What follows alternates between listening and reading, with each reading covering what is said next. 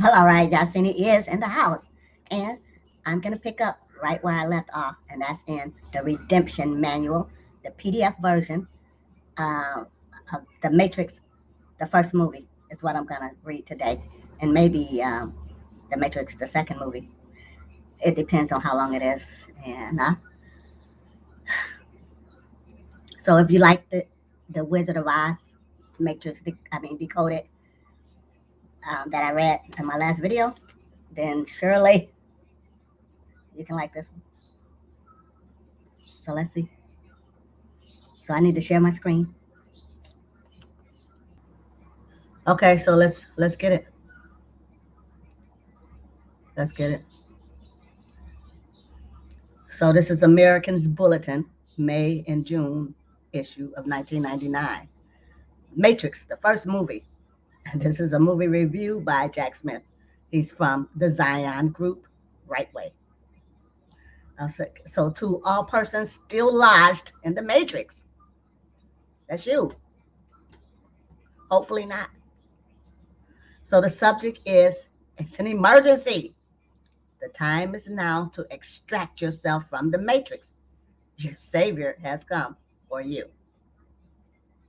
So care must be taken when describing and decoding the information for the uninformed that is coming from within the matrix by way of the communication.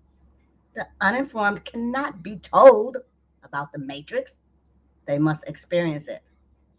The communication rightly explains to them that the matrix is the world pulled over your eyes to blind you from the truth. It makes you a slave, a prison for your mind. If you attempt to expose the uninformed to too much light, you will blind them. So the communication is the story of the gospel of the scripture, but it is set within the framework of a Greek science fiction drama. So the leading character is named Neo. He is played by Keanu Reeves. The word Neo in Greek means new. Neo is the new man or the new Adam come to save the people of Zion. But first, he must die and be resurrected by the Trinity. So once resurrected, he will save the world by taking people out of the matrix and into the land of Zion. The problem is that in the beginning, Neo does not know who or where he is. He first must be brought out of the land of the matrix and learn who he is. He is extracted by a team of Zionists led by their leader, Morpheus, who was played by Fishburne. So the woman Trinity, played by Carrie Ann Moss, is one of the principal person from the Zion group that communicates with people in the Matrix. Together, Morpheus represents God the Father, Trinity represents God the Holy Spirit, who breathes life back into Neo and brings the message to the Matrix. And Neo represents the God, represents God the Son. So their team of helpers is called People of Zion. They consult the oracle, which represents the Holy Scripture. So the oracle does not judge good from evil, but is a guide to show the path upon which the people of Zion must go. The people of Zion use a vessel named the Nebuchadnezzar, okay, as a means of travel within the matrix. So, allied against the Zionists is the matrix. The matrix is the world which has deceived all the people therein to fall into a dreamlike sleep. So, let's just call them the government. That's me adding 2 cents.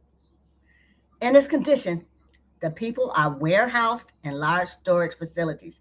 The people are physically hooked up to the cells in this warehouse by tubes that both feed them and extract electrical and heat energy from them to run the machines of the world who have taken over control.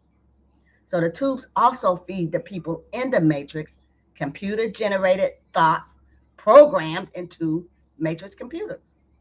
Therefore, Life in the Matrix is nothing more than an incredibly complex computer program created by the Matrix to conceal the real intent of raising and harvesting human beings to provide electrical energy to run the machines which control the Matrix. So these electronic thoughts fed to the people in the Matrix create a substitute for real thinking and real thoughts and real experience. Instead, the people in the Matrix only believe that they are alive and experiencing their lives. Their bodies never physically leave the cells in which they are kept, but to their minds, they appear to be living a normal existence with a job, personal relationships, hobbies, and the likes. In the Matrix, everyone is united as in AI, end quote, artificial intelligence. Your world is a computer program that appears real to you. So there's a group that works for the Matrix called the agents. These agents are not real people, but sentient computer programs which give the agents supernatural powers. Their job is to locate and destroy people who have either physically disconnected from the matrix or who are within the matrix but are receiving unauthorized communications from people outside the matrix. The name of the leading agent is Smith, who represents Satan. Satan, a totally evil entity out to destroy any living being who would attempt to physically leave the matrix. Yeah, so that's what Satan's doing. All communications with people within the matrix are done through the matrix computers. The communication can be made by way of phone connection, that's the modem, to the matrix computer, which in turn communicates with the person in the matrix over the direct computer link to the person's mind. So once a person is physically removed from the matrix, that person never again physically goes into the matrix, but is mentally projected into the matrix computer. Yeah. So before Neo comes out of the matrix and learns who he is, Neo is captured by the agents and taken to an interrogation. Agent Smith says, "Okay, Mr. Anderson, I see a man sitting before me who has two lives, one in the law form of the matrix and one in the law form of Zion. Your first life is as a man named Thomas A.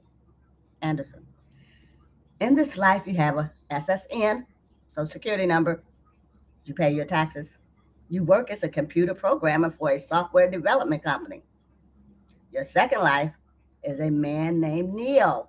Neo has committed almost every computer crime in the book in our law form. Only one of these lives has a future. Which life is going? Which life is that going to be?" So the leader of the resistance movement is named Morpheus. This, like Neo, is also a Greek name. You might not be familiar with this name. I wasn't. The name means, quote, he who forms or molds, end quote. So Morpheus was the Greek god of dreams. The Encyclopedia Mythica says, quote, he lies on an ebony bed in a dim lit cave. He appears to humans in their dreams in the shape of man. He is responsible for shaping dreams or giving shape to the beings which inhabit dreams. Morpheus is mentioned as the son Hypnos, the god of sleep, or Hypnos. So Morpheus is the man who, with the help of others, extracts Neo from the matrix and leads him to resolve who he is and how Neo can save the people from the matrix. Yeah, that's the God's son. That's the son of God. That's Jesusios. Okay. So the name Morpheus is also a computer game by Piranha Interactive Publishing Inc. Imagine a world where you died, but your dreams lived on. The adventure begins with you as an explorer, separated from your party, aboard the ship uh, Herculania. So in the movie, the ship's name is the Nebuchadnezzar. So you're looking to resolve the legacy of your father who has disappeared in the region 30 years earlier. You become despondent, certain of your impending death, drifting between strange and foreboding dreams. This game could well be a semi online for the Matrix movie, or for the movie The Matrix. So, what led Neo to question his life in The Matrix? At one time, Morpheus asks him, quote, "You don't like the idea of not being in control of your own life, do you?" End quote. And Neo answers in the affirmative. Neo's name is an anagram for the one, or Savior. So look at it. Oneneo. That's an anagram. So in a discussion with the agent Smith, Neo was told, quote, "Once we started thinking for you, it, the Matrix, became our world, not your world." Okay. So Neo asked what would happen if you die in the Matrix. The answer is that you also die in the real world, since the body cannot live without the mind. Neo also asked what would happen if one tries to take on the agents in the Matrix. And the answer is they are all powerful in the Matrix. You cannot take them on in this, meaning the artificial world they created without rules, place. Okay. You cannot take them on in this place. And that's meaning is the artificial world they created without rules. So the only way to prevail is to run from them and get out of the Matrix. That is because there are no rules or law in the Matrix. The rules and the law in the Matrix are whatever the Matrix computer programs say that they are. Congress, the law is a fiction. The Matrix is run on a public policy of containment of the living beings in the Matrix. Nothing more and nothing less.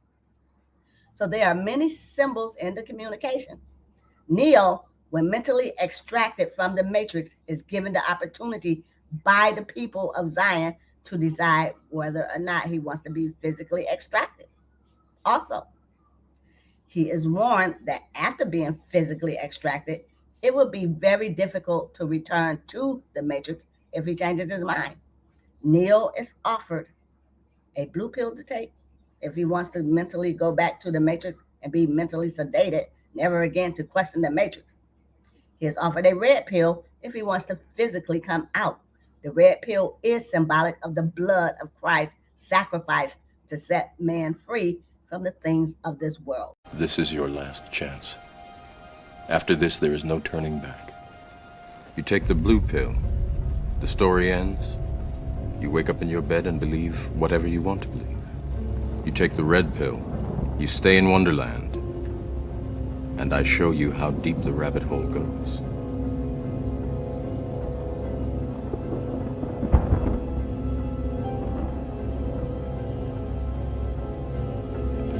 Remember, all I'm offering is the truth, nothing more.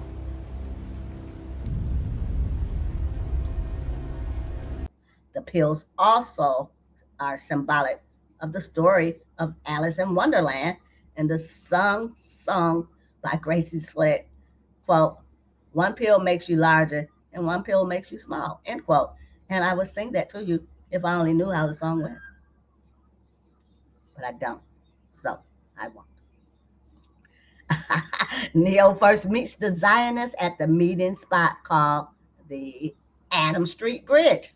So this is symbolically where Thomas A. Anderson, the first Adam in sin, crosses over into the hands of the Zionists to become the makings of the second Adam. So Thomas A. Anderson, when he was still within the Matrix, was wakened by his alarm clock, which read 9:18 a.m. So the number 9 stands for the fruits of the Spirit, or the coming of blessings or judgment, while 18 represents bondage, the condition Thomas A. Anderson was in. So Thomas A. Anderson lives in room number 101 in a hotel named the Heart of the City during his existence in the Matrix.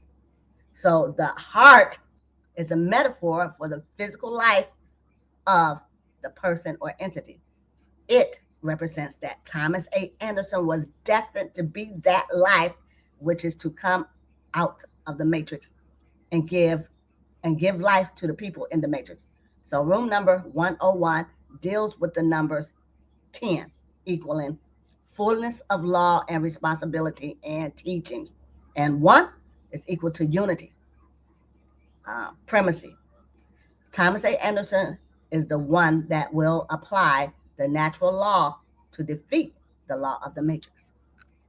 So Trinity carries on her activities within the matrix out of room 303. Room number 303 deals with the numbers 30, which is the blood of Christ, and 3, equaling division, perfection, and completeness. Neo's physical removal from the matrix is a birthing cycle in which the cord was cut.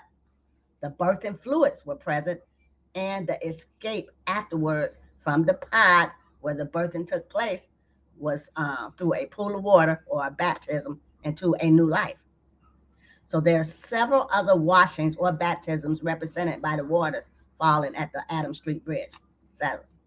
So look up the term matrix in Black's Fourth Law Dictionary, and you may be amazed. It means, quote, in civil law, the protocol or first draft of a legal instrument from which all copies must be taken, end quote.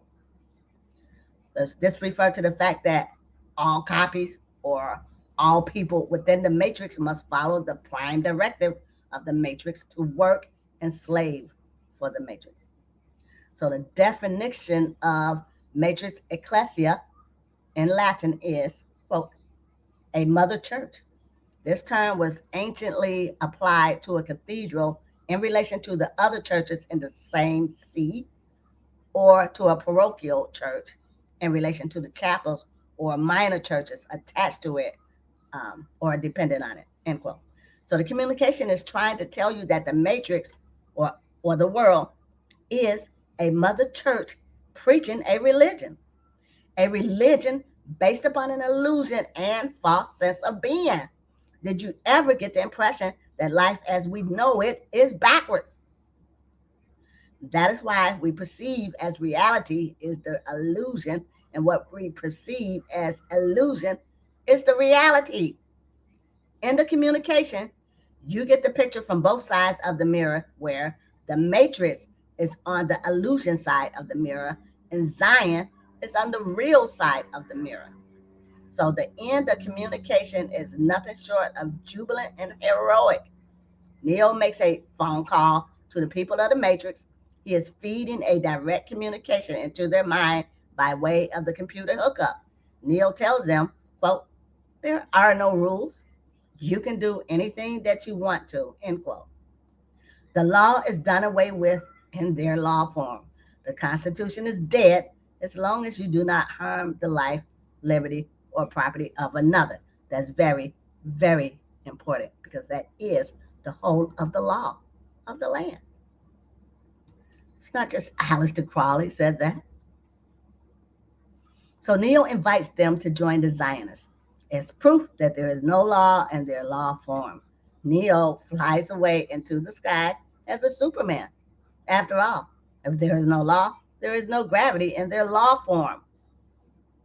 May the force of Zion be your calling. It's time to come out of the dark. Note, it was suggested that the second and third Matrix movie reviews be reduced to only those points deemed important in relation to the first movie review, and therefore redemption, to better further your understanding and save a few pages. So the message within the second and third movie review is far too important for your understanding to be removed and must be read several times for you to understand the concepts as applied to your commercial redemption, so you too can see the matrix around you, and also for you to make the choice to live in Zion, Freedomville, so to speak, as a secured party creditor versus the government municipal corporation plantations. Okay. This is a sparring program, similar to the programmed reality of The Matrix. It has the same basic rules, rules like gravity. What you must learn is that these rules are no different than the rules of a computer system. Some of them can be bent, others can be broken. Understand? Then hit me, if you can.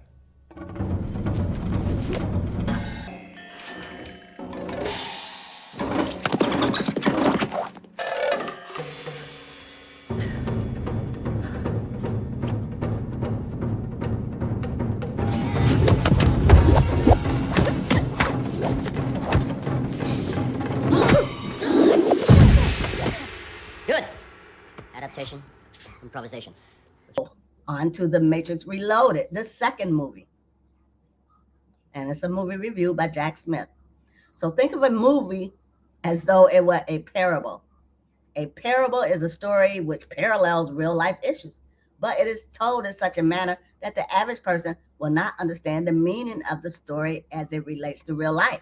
So the story or parable itself discusses facts and answers the who, what, where, and when questions. The true meaning of the parable is in the answer to the why question that most people do not ask or answer. So this article is addressed to the why people. That's me. If you're one of the what people, take the blue pill and go back into your position in the matrix. Are you still in the matrix or are you one of the people of Zion? If you answered that question by determining that you are out of the matrix and you are one of the people of Zion, then you still might have a serious problem in understanding what your relationship is to the controllers of the matrix.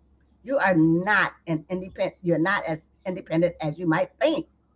This is the true value of the message being given in The Matrix 2. So the movie The Matrix 2 introduces us to a much higher concept of liberty and responsibility, and especially the concept of being at war or at peace with the system. It answers the question of do you have a choice when you are out of the matrix? The answer is yes. But you might be surprised that the ability to have choice does not give you freedom and independence from the controllers of the matrix. So in the movie, The Matrix 2, we are introduced to the people who live in the city called Zion. The first movie did not describe Zion at all. It only dealt with several people from Zion that were aboard the vessel, the Nebuchadnezzar.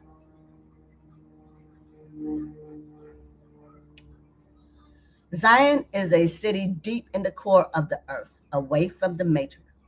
It is inhabited by people who have been physically removed from the matrix. The matrix warehouses of the remaining 99% of the humans in a condition similar to a coma in which the humans are fed nutrients and the illusion of a normal life by machines run by computers. The matrix harvests the bodily heat and chemical energy from the human bodies to power the machine world. So when a physical body dies in the matrix, it is removed from the matrix by the machines and ground up and fed to the remaining inhabitants as a food source. The underground city of Zion appears to be a mirror of the matrix, whereas in the matrix, the machines appear to control the humans therein, living off of their energy in the city of Zion. The people control the machines which serve them and keep them alive. So the matrix appears to be on the surface of the earth where humans ordinarily live and survive. The city of Zion is deep in the earth as though it were a burial ground for the dead. The people on the surface living in the matrix are, for all intents and purposes, dead or living in a dream or a coma, but mentally have perceived themselves to be very much alive by their mental stimulation through the matrix computer. So the people in Zion are buried deep in the earth, where ordinarily the corpses are buried, but they are mentally awake and very much physically at liberty from the physical and mental constraints of the matrix computers and warehouses. So there's several interesting issues that are raised with the movie The Matrix 2. The first movie was mostly about Neo personally. It was about waking him up from his nativity and placing him into a position in which he could be aware of and deal with larger issues than his own condition and future. So, since the movie is only a parable to teach us, the first movie also was about waking us up to the reality of the world. Now, in the second movie, we're ready for larger issues. That is what we are getting. So, there are three major conversations in the movie The Matrix 2, which serve to introduce us to the more important aspects of our relationship as people who have come out of the Matrix to the issue of the Matrix still being there as a neighbor. What should be our relationship? Should we fight the Matrix? Should we destroy the Matrix? Should we be at peace with it? So, in the first movie, Neo was extracted from the Matrix. Who accomplished this extraction? Was it Neo himself? Was it Morpheus? Was it Trinity? No. Neo was offered a blue pill or a red pill. The blue pill represents admiralty. If Neo took the blue pill, he would be put back into a condition of delusion to conform to the public policies and would have no interest in learning any of the private conditions of reality. If Neo took the red pill, it would be the blood of the Messiah, and Neo would be aware of the private things in the world as opposed to this world, and we become a servant to help others learn the truth. Jesus. So the red pill, Neo was told by the members of Zion, was a locator program. The purpose of Neo swallowing the red pill was to be a transponder or beacon so that his physical body could be located in the storehouse of the Matrix. It was a machine in the Matrix that was responsible for extracting Neo from the Matrix. It wasn't Neo, Morpheus, Trinity, or any other human who got Neo out of the Matrix. Since it was a machine who extracted him, why would the Matrix extract him if it wasn't a policy of the Matrix to let anyone out that wanted to be let out? The answer is simple. The Matrix only survives because adhesion to the Matrix is voluntary. It is not possible to unvolunteer from the Matrix of this world by expatriating the physical membership. Will the governments of the world or the Matrix not let one expatriate voluntarily if one does so in a proper manner? The answer is yes. Likewise, the red pill can be viewed as a form of expatriation request. It appears that Neo's separation from the Matrix in a physical fashion in the first movie was not a guarantee of the fact that Neo's future would not be influenced in some manner by the Matrix. And in fact, in the movie The Matrix 2, there is a significant interplay between the Matrix and Neo's lives and also with those of his friends in Zion. The second movie deals with the issues of the interaction between Zion and the Matrix. So Neo has a discussion with the Oracle that enlightens us as to the reason why the people of Zion and the Matrix are linked together. The following conversation takes place between Neo and the Oracle. Interpret in this conversation. I will add some comments in parentheses. So, um,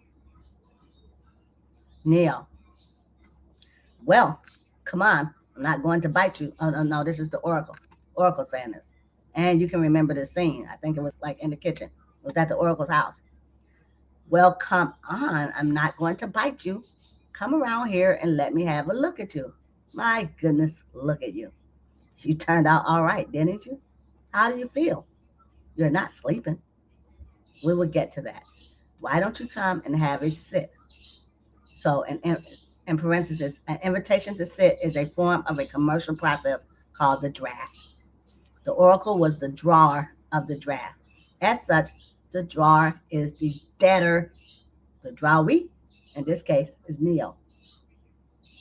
The drawee, in this case, Neo, is the creditor. If the drawee does not fulfill the draft request, A dishonor occurs and the drawee becomes the debtor. You do not want to be the debtor by dishonoring the draft. Neil, maybe I will stand. That was a dishonor. Oracle, suit yourself. Acceptance of Neo's dishonor without going to war. So Neo sits down voluntarily.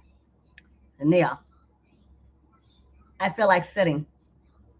Now Neo is in honor, so the conversation continues. Oracle, I know. So let's get the obvious stuff out of the way. Neo, you're not human, are you? Oracle, it's tough to get any more obvious than that. Neo, if I had to guess, I would say you are a program from the machine world. So, is he? Referring to the Oracle's bodyguard, okay? So the Oracle says, so far so good. And Neo says, but if that is true, it can mean that you are part of the system, another kind of control. Oracle says, keep going. Neo says, I suppose the most obvious question is, how can I trust you? Oracle, bingo. It is a riddle, no doubt about it. The bad news is there's no way that you can really know if I am here to help you or not. So it is really up to you. Just have to make up your own damn mind to either accept what I am going to tell you or reject it. In quotes, it says, isn't a real issue with the people of Zion today in their relationship to the matrix. The issue is, how can we trust the judge or the law enforcement officer or the lawyer or the prosecutor, etc., if they are in the public system? The oracle reaches into her purse and gets some candy. Candy? No, I mean, Neo, do you already know if I am going to take it? Oracle, I wouldn't be much of an oracle if I didn't. Neo, but if you already know, how can I make the choice? Oracle, because you didn't come here to make the choice.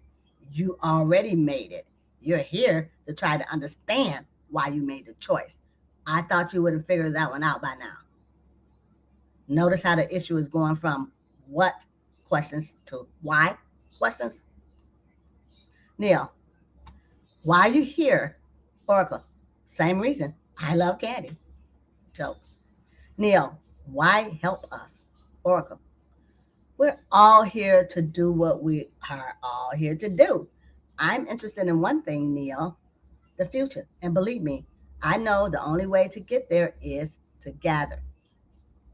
So then there's a parable in the New Testament. It talks about a field, which is this world, where an enemy came one night and sowed weeds in the wheat field. The wheat is the Zion people, and the weeds are the people of the matrix. The servants asked the master whether the servants should pull out the weeds when they started growing. The master told the servants to allow the weeds and the wheat to grow together because the wheat would be destroyed by pulling up the weeds. So this is what Neo is being told here. The people of the matrix and the people of Zion must exist side by side for a period of time, lest the warfare between both cause both parties annihilation. So Neo, are there other programs like you? Oracle, well, not like me, but look, see those birds? At some point, a program was written to govern them. A program was written to watch over the trees, the wind, sunrise, and the sunset.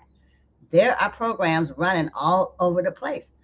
One's doing their job, doing what they were meant to do. They are invisible. You never even know they were here.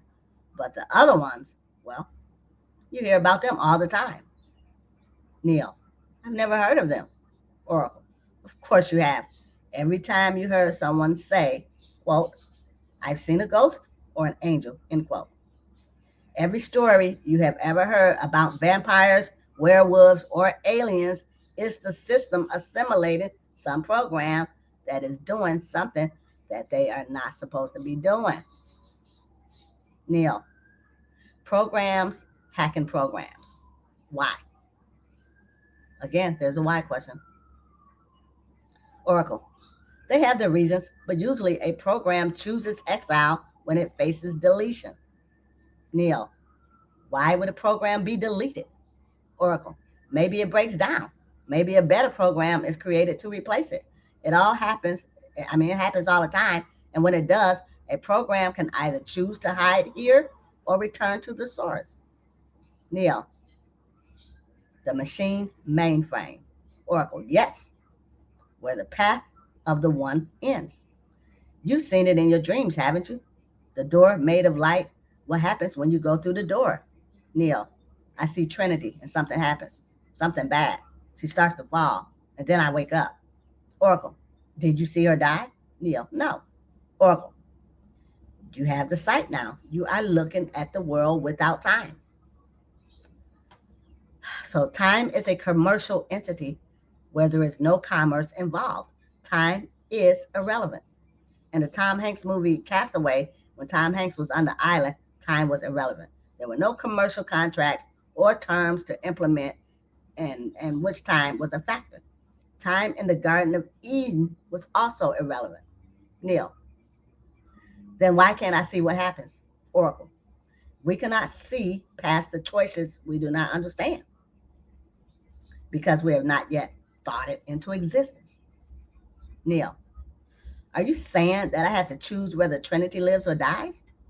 Oracle, no. You have already made the choice. Now you have to understand it. Neil, no, I can't do that. I won't. So this is a war or a dishonor which leads to losing control over the situation. Oracle, you will have to. Neil, why? Oracle, because you are the one. You are the creditor and must face it. Neil, what if I can't? What happens if I fail? Oracle, the Zion will fall. Our time is up. Listen to me, Neil. You can save Zion if you reach the source. But to do that, you would need the key maker. Neil, the key maker? Oracle, yes. He disappeared some time ago. We did not know what happened to him. Now he is being held prisoner by a very dangerous program, one of the oldest of all. He is called the Merovingian, Merovingian. He will not let go willingly. So the character called the Merovingian is an important character in history. He is the original sovereign line of kings of Northwest Europe from about 500 to 850 AD. This line of kings saved the Pope in Italy, thus becoming his master before the Pope made or broke other would-be kings. The, the Merovingian successors today are part of those who believe they are the keepers of the Holy Grail and the secret leaders of the world society. Do a search on his name on the internet. Okay, and let's do that. Oh.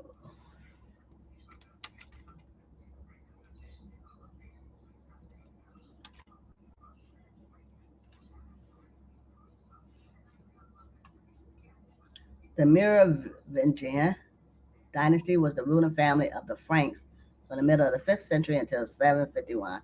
They first appeared as kings of the Franks in the Roman army of the northern Gaul. By 509, they had united all the Franks and northern Gaulish Romans under their rule. They conquered most of Gaul.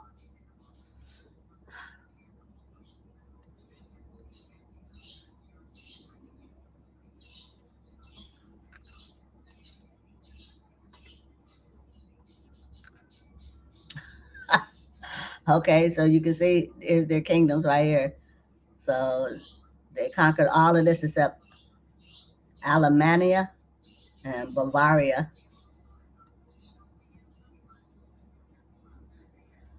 Okay, so uh, Neil is asking, what does he want? The oracle said, what do all men with power want? More power. Be there at the exact time and you will have a chance. Neil said, I must go. And Oracle says, seems like every time we meet, I have nothing but bad news. I'm sorry about that. I surely am. But for what it is worth, you have made a believer out of me. Good luck, kiddo. So this conversation was incredible. It is the first of three conversations that link the fact that the people of Zion, or those who would be freed themselves from the boundaries of the physical matrix, are not at liberty to one, make war against the matrix and its leaders or people, or two, operate independently from the leaders and people of the matrix. In today's world, this is equivalent to saying one, do not fight the world government system to destroy it. Two, do not make war against the courts, the judges, the prosecutors, the law enforcement, the United Nations, or the Federal Reserve. That system, the matrix, is linked to you and your survival. So the second conversation was even more interesting. It involved a discussion between Neo, Morpheus, Trinity, and a man called Merovingian. So, in the movie plot, in an attempt by Morpheus, Trinity, and Neo to bring down the Matrix by destroying the mainframe computer terminal, the location of that mainframe and the ability to get to it was why it was important to learn the location of the key maker. He had the information they sought. So it's Morpheus. We're here to speak to Merovingian. The Matrix D says, of course, he has been expecting you. Follow me. Mer says, aha, here he is at last, Neo. It is the one himself. And the legendary Morpheus and Trinity, of course. I've heard so much. You honor me. Please, this is my wife, Paris phone. Something to eat, drink. Have you seen so many contrivances as we have here? Please, for the sake of appearances. Neil says, no, thank you. Mer says, yes, of course. Neil says, we don't have time. Mer says, yes, of course. Who has time? But then if we do not ever take time, how can we have time? So time is a commercial function of the matrix. If you take time, you are the creditor. If you do not take time, you have dishonored it and you are its debtor. Magnificent French wine. I love French wine. Of all the languages, French is my favorite language, especially to curse. It is like wiping your ass with silk. I love it. You know why we are here? I am a trafficker in information. I know everything I can. The question is, do you know why you are here? Morpheus said, we're looking for the key maker. Mer, oh, yes, that is true. The key maker, of course. But this is not a reason. This is not a why. The key maker himself is an answer by his very nature to a means and not an end. And so to be looking for him is to be looking for a means to do. What? Neil, you know the answer to that question, Mer. But do you? You think you do, but you do not. You are here because you were sent here. You were told to come here and then you obeyed. It is, of course, the way of all things. You see, there's only one constant, one universal. It is the only reality, and that's causality. Action, reaction, or cause and effect. So Morpheus says, everything begins with choice. Mer says, no, wrong. Choice is an illusion created between those with power and those without. Look there. Look at that woman, referring to a woman at the other table in the restaurant. My God, just look at her, affecting everyone around her. So obvious, she gorgeous, so quiet. But you see, I have sent her a dessert, a very special dessert. I wrote it, the program for the dessert, since we're in a digital matrix. Like I wrote it myself, okay? So it starts simply.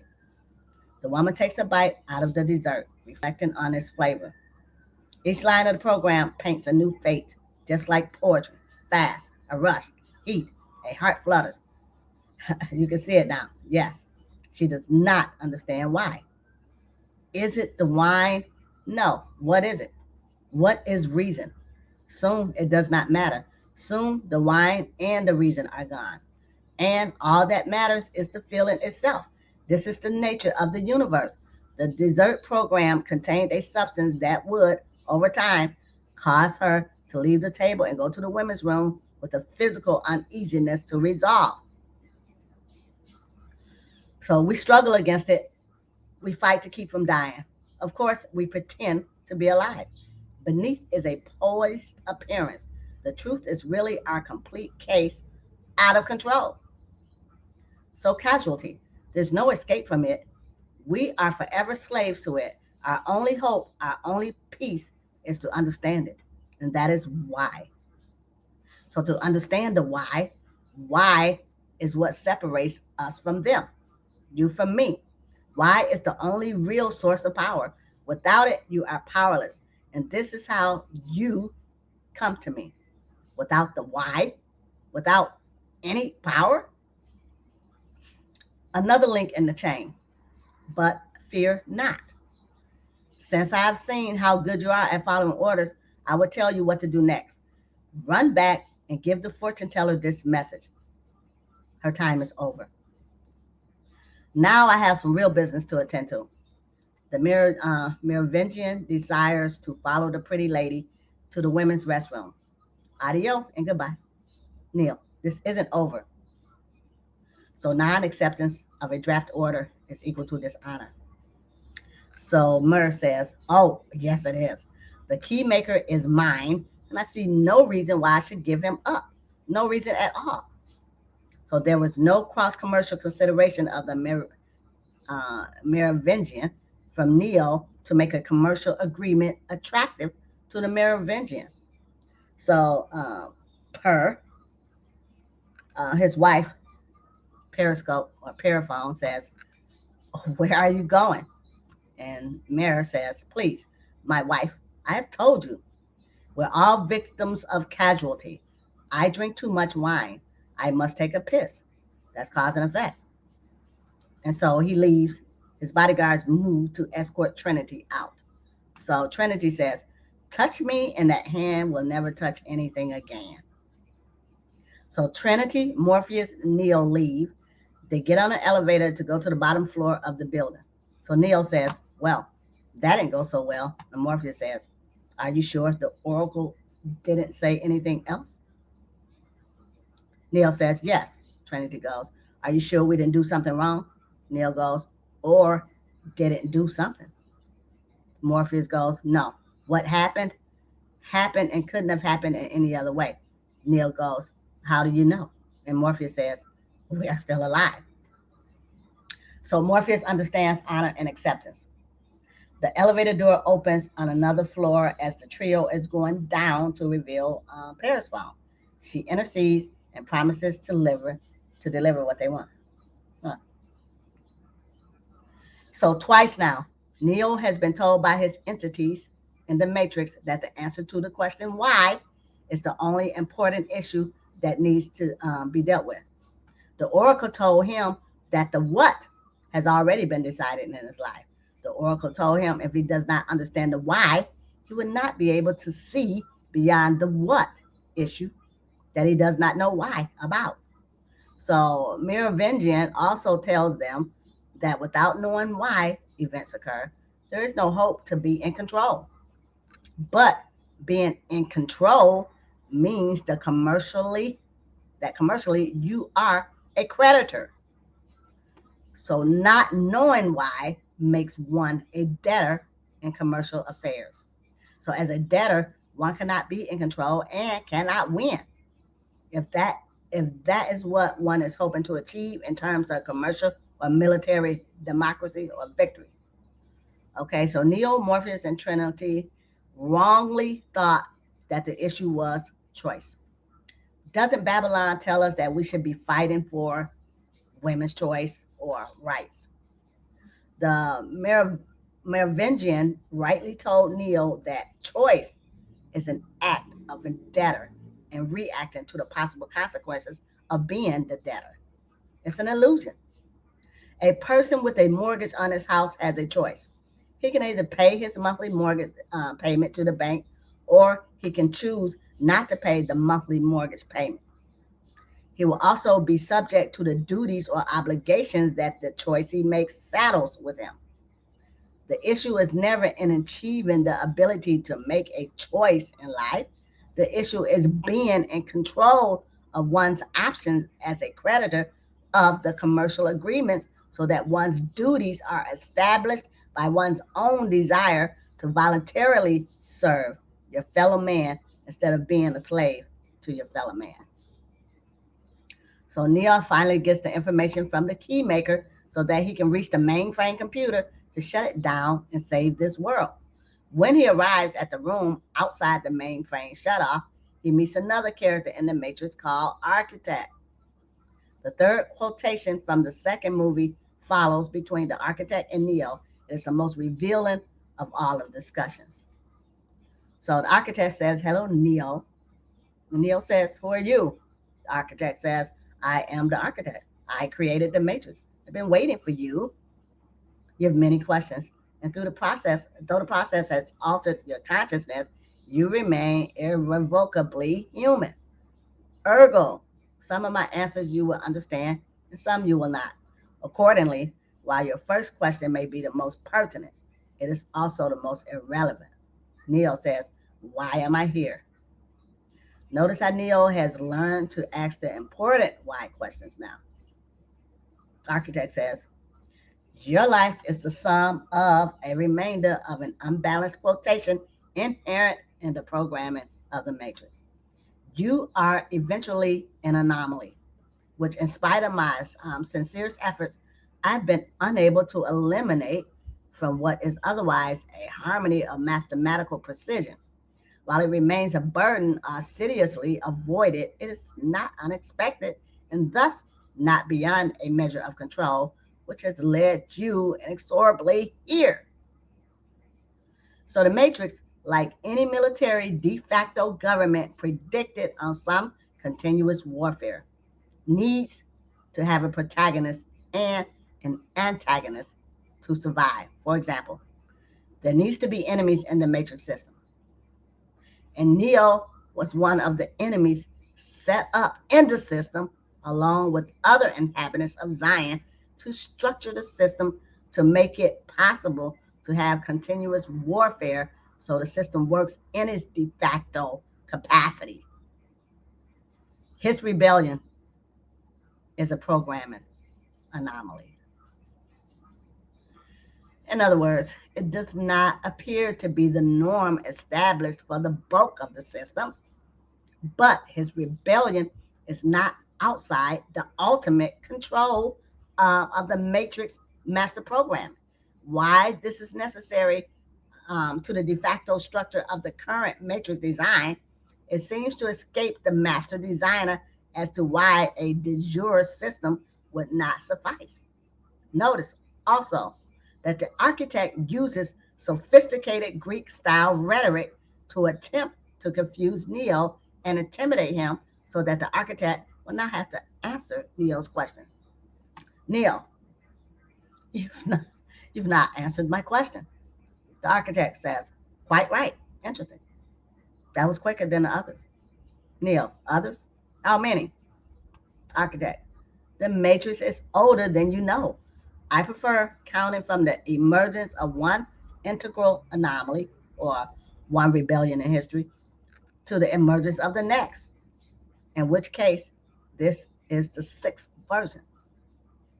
Neo says, "Two possible explanations. Why has no one told me? Or no one knows." The architect says, "Precisely. As you are undoubtedly gathering, an anomaly, the anomaly is systemic, creating fluctuations in even the most simplistic equations. So the architect is telling Neo that the fact that there is a matrix world with people locked into permanent slavery and warehoused in the matrix, and a world with people of Zion and a sense of freedom living below the land is planned or systemic. They exist together in a form of an uneasy harmony. Neo, choice. The problem is choice. Again, Neo has not learned that choice does not hold the answer. You're either a creditor by cause and effect, or else you are a debtor. So the architect says the first matrix I designed was quite naturally perfect. Yeah, it was the Garden of Eden. It was a work of art, flawless, sublime, and triumph equaled only by its monumental failure. So the inevitability of its doom is apparent to me now as a consequence of its imperfection inherent in every human being.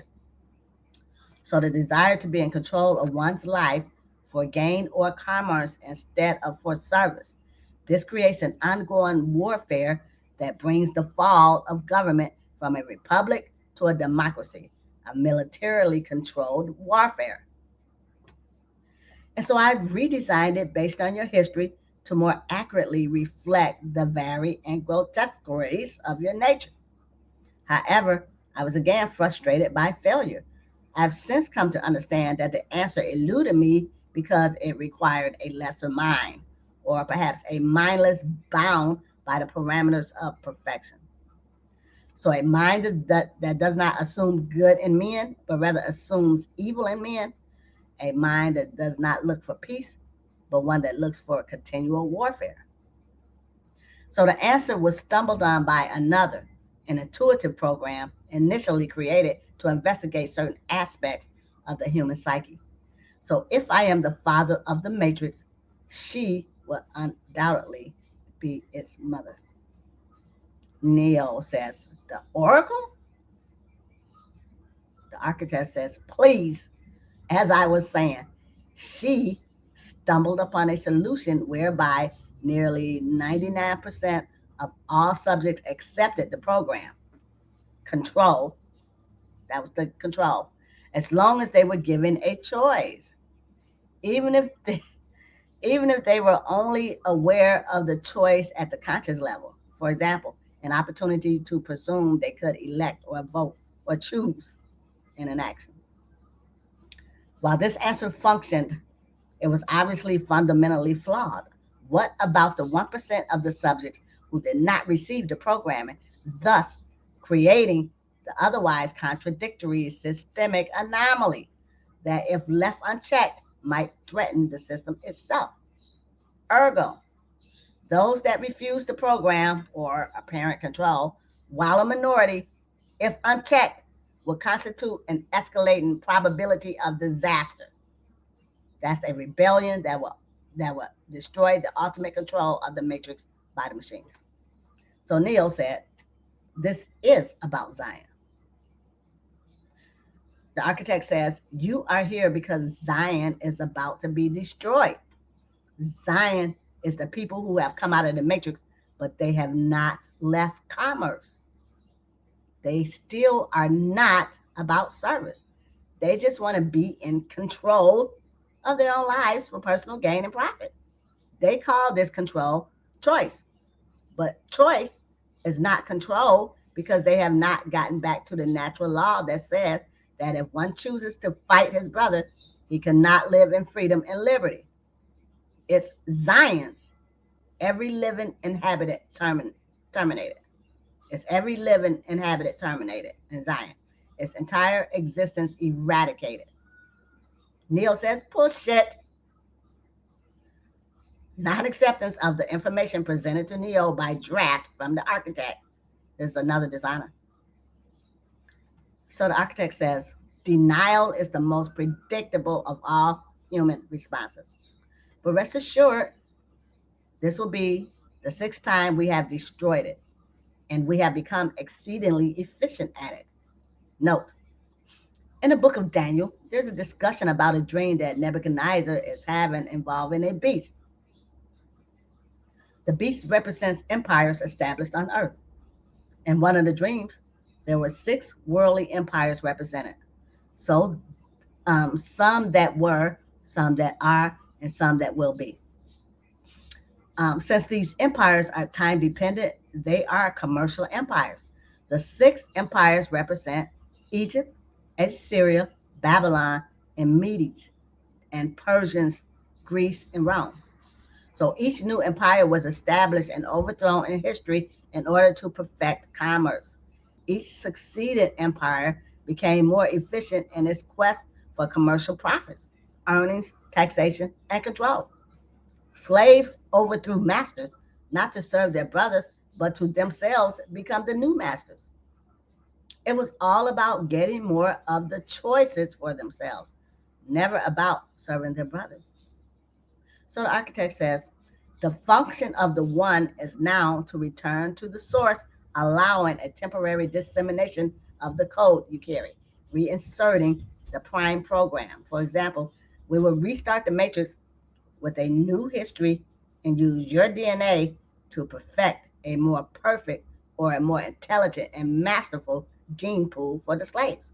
After all, better slaves create better profits. It is all about competition when you are in commerce, after which you will be required to select from the matrix 23 individuals, 16 females and 7 males, to rebuild the Zion. Note, 23 is the number of death. So the new Zion will be built again upon the premise of dead people and not living people. 7 is masculine perfection. 15 is rest.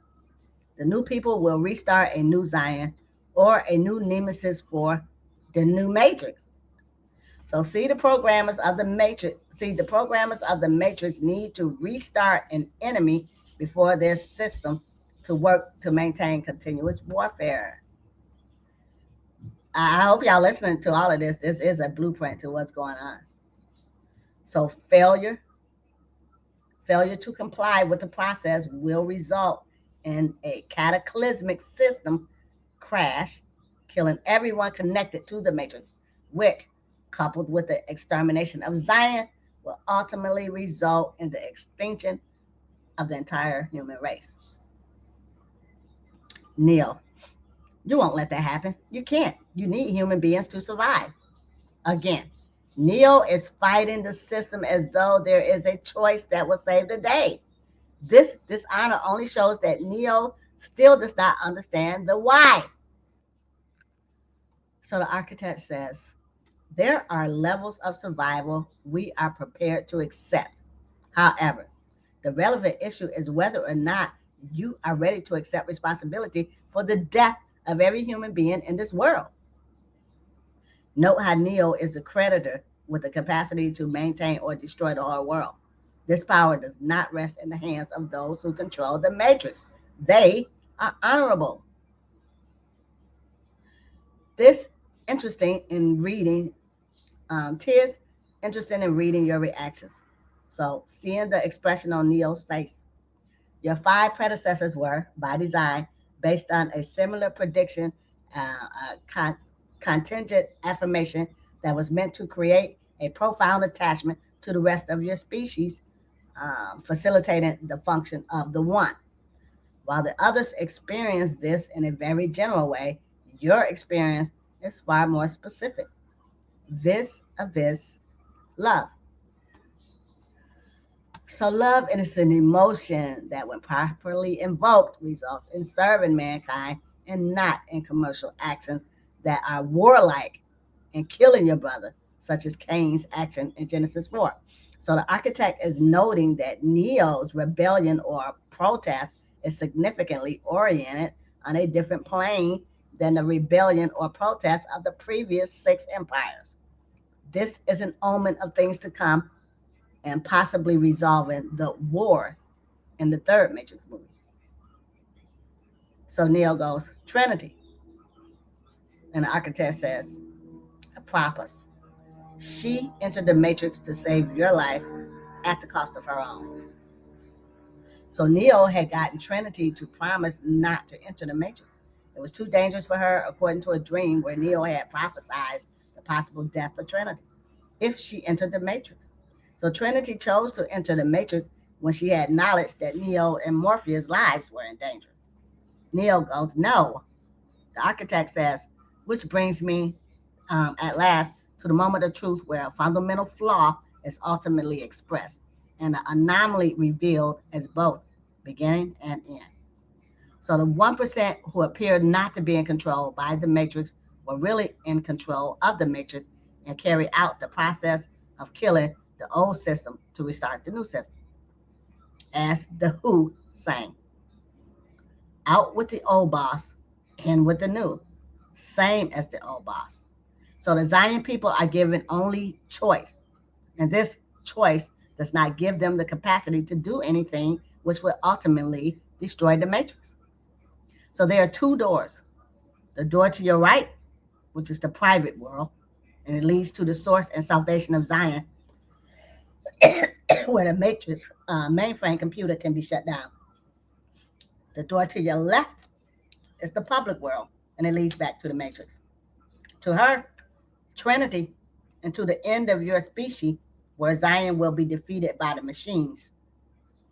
As you adequately put it, the problem is choice.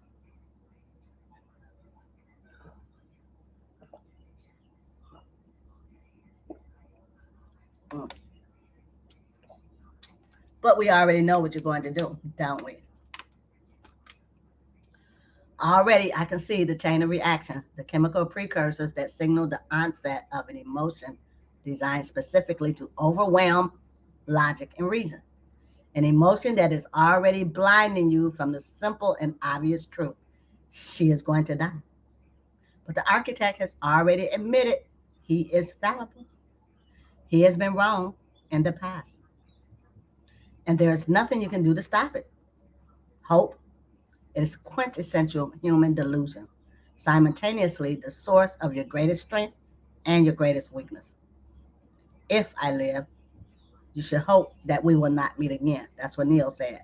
The architect said, we won't.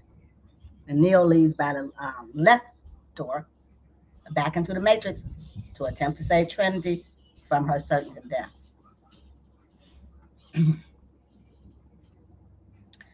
So Neil has no choice but go back to the matrix through the left door, or the door that represents the public interest. A remedy in the private world without a corresponding remedy to witness it in the public world is not a closed remedy at all. Neo was forced to leave by the public door to resolve that problem by private capacity. If Neo would have first shut down the computer by going into the private right door, he would have lost Trinity, his love, forever. It takes a double witness to resolve all charges or claims. Merely resolving the charge or claim on the private side without a public witness is not a victory. It takes two or more witnesses to prove a thing. One witness is on the public side, one witness is on the private side. Patriots that try to resolve an issue by private administrative procedure without getting a public witness to the same thing have not closed the accounts. Since everything is backwards in the public world, Hollywood is the true church today, telling us the truth backwards. Their movies are the sermons being taught for all to hear and see, if they have awoken up from the matrix. So the matrix 2 is telling us that we need to learn the why, and we must not destroy the matrix until it's time. The programs, which are the officials in this world government, are there to tell us truth and help us in our freedom and survival. So if we go to war against them, we just might not survive. Isn't the one world government today tracking terrorists? Aren't terrorists another name for those who fight the leaders of the matrix? Yeah. So go in peace, my brother. That's how they ended it.